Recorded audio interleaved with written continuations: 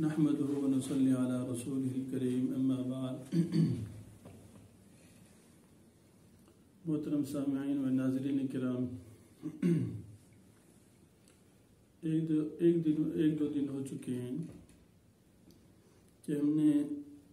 Indian لڑکی کے متعلق، اپنی بہن کے متعلق ایک واقعہ سنا جس کے اوپر ہمیں بہت دلی خوشی محسوس ہوئی، اور اس لڑکی کی بھی یہ ہمت ہے، جرأت ہے، بہادری ہے کہ اس نے اسلام کو، ایمان کو اپنے سامنے رکھا اور دنیاوی مقاصد کو، اغراض کو پس پشت ڈال دیا، اور اس کے اس کردار نے، اور اس کے اس عمل نے، اور اس کے اس مجاہدے نے مسلمانوں کے سروں کو فخر سے بلند کر دیا ہے، اور ہم ان کی تائید بھی کرتے ہیں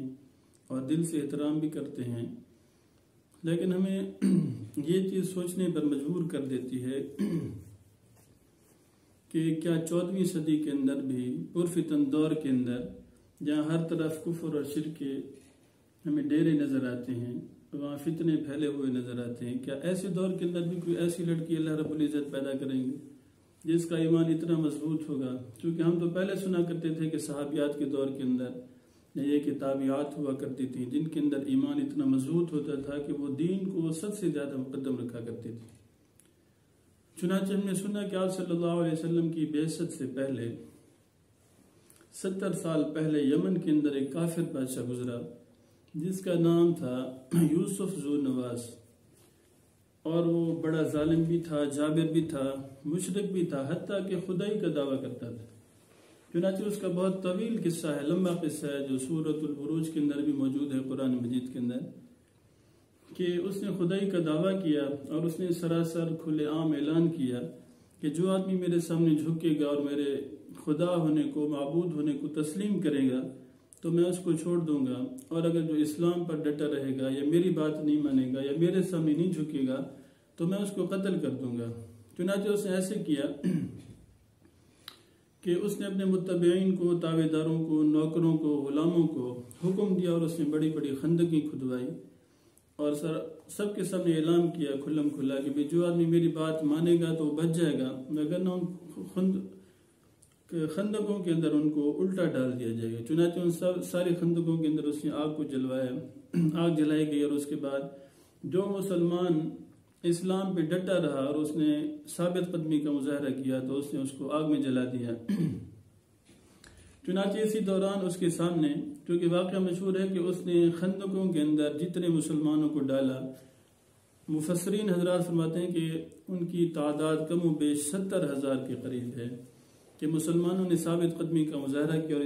اسلام کو نہیں چھوڑا بلکہ ایمان پر ثابت قدم رہے اور ڈٹے رہے، اور اس کے مقابلے میں دنیاوی اغراض کو، مقاصد کو، حتیٰ کہ دین کی خاطر جان تک کو انہوں نے قربان کیا۔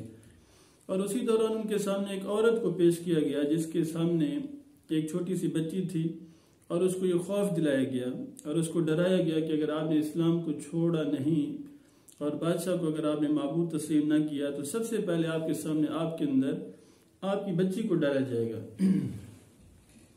چنانچہ ابھی وہ دل کے اندر سوچ ہی رہی تھی، اپنے تصورات کی دنیا کے اندر گم تھی، کہ اچانک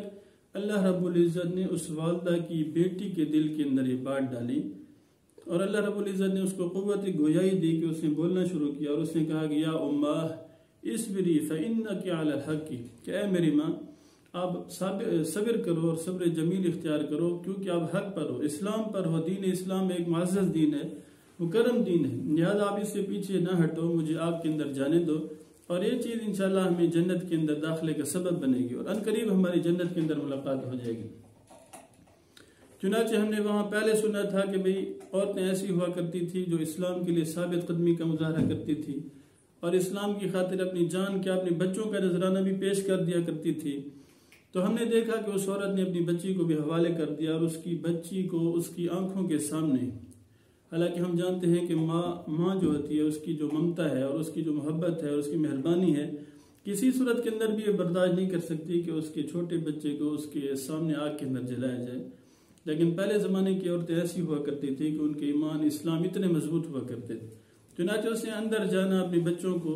قربان کرنا اور آگ کے اندر جلنا پسند کر لیا، منظور کر لیا، لیکن یہ کہ اسلام کو اپنے ہاتھ سے نہیں جانے دیا، اسلام کا ایک حکم ٹوٹ جائے اس کو اس نے برداشت نہیں کیا۔ چنانچہ ہم سنا کرتے تھے تاریخی باتوں کے اندر کہ حضرت سمیہ رضی اللہ تعالی عنہ کو ابو جہل نے پیشکش کی تھی کہ اگر آپ اسلام سے پھر جاؤ تو ہم آپ کو غلام ہیں تو آزاد بھی کر دیں گے، اور آپ کے بیٹے حضرت عمار کو بھی چھوڑ دیں گے، اور آپ کے خاوند حضرت یاسر کو بھی چھوڑ دیں گے۔ تو ہم سنا کرتے تھے کہ پہلے زمانے کی عورتیں اتنی بہادر ہوتی تھی، شجاعت والی ہوتی تھی، دلیر ہوتی تھی، ہمت والی ہوتی تھی کہ دین کی خاطر سارا کچھ قربان کرتی تھی۔ چنانچہ حضرت سمیہ رضی اللہ تعالیٰ عنہ باوجود عورت ہونے کے، نفیس ہونے کے، کمزور ہونے کے،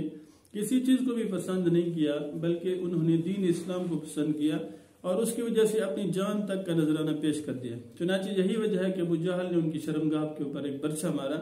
جس کی وجہ سے ان کی شہادت واقع ہوئی۔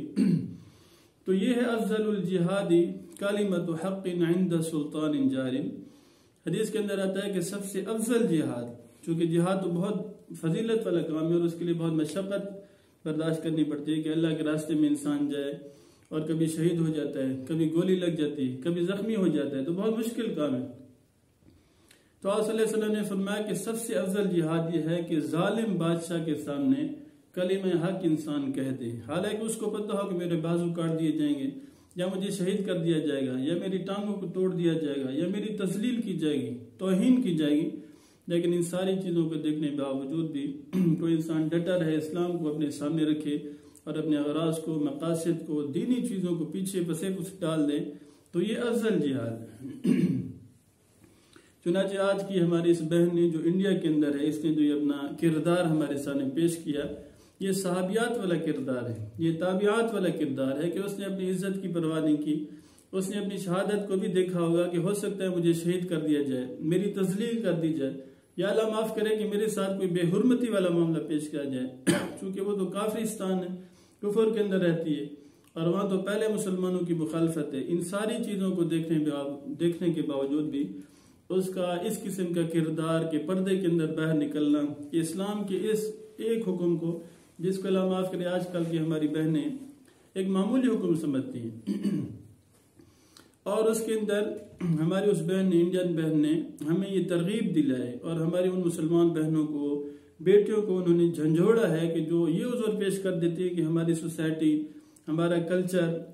اور ہمارے پیرنٹس یا ہمارے برادر یا ہماری سسٹر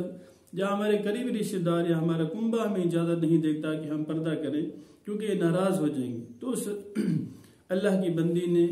بیٹی نے، مسلمان بیٹی نے، بہن نے یہ جرأت کر کے دکھایا کہ اسلام، ایمان آج بھی موجود ہے، قرآن آج بھی موجود ہے، حدیث آج بھی موجود ہے، صرف کمی ہے اس پر عمل کرنے کی۔ آج بھی اگر ہم ثابت قدم ہو جائیں، دین کو اپنا امام بنیں، مقتدا بنیں اور اس کو اپنے سامنے رکھیں، تو اللہ کی مدد آج بھی انشاءاللہ ہمارے ساتھ اترنے کے لیے تیار ہے۔ تو یہ واقعات جو ہم پہلے سنا کرتے تھے تابعات کے، صحابیات کے، تو ماشاءاللہ اس 14ویں صدی کے اندر، گئے گزرے دور کے اندر بھی اس کا یہ کردار ہمارے لیے قابل رشک بھی ہے۔ اور میں دوسری ماں بہنوں کو بھی ترغیب دوں گا کہ اگر ایک مسلمان عورت کافرستان میں رہتے ہوئے دین پر عمل کر سکتی ہے تو ہم مسلمان ملک کے اندر رہتے ہیں، ہمیں یہاں کوئی عذر بھی نہیں ہے، کوئی رکاوٹ بھی نہیں ہے، کوئی پرابلم بھی نہیں ہے، کوئی ہمارے یہاں پر ایسا ایشو بھی نہیں ہے کہ جس کی وجہ سے ہم دینی احکامات کو پس پشت ڈال دیں۔ ہم سارے دعا کرتے ہیں کہ اللہ رب العزت ہم سب کو بھی دین پر ثابت قدم رہنے کی توفیق عطا فرمائے۔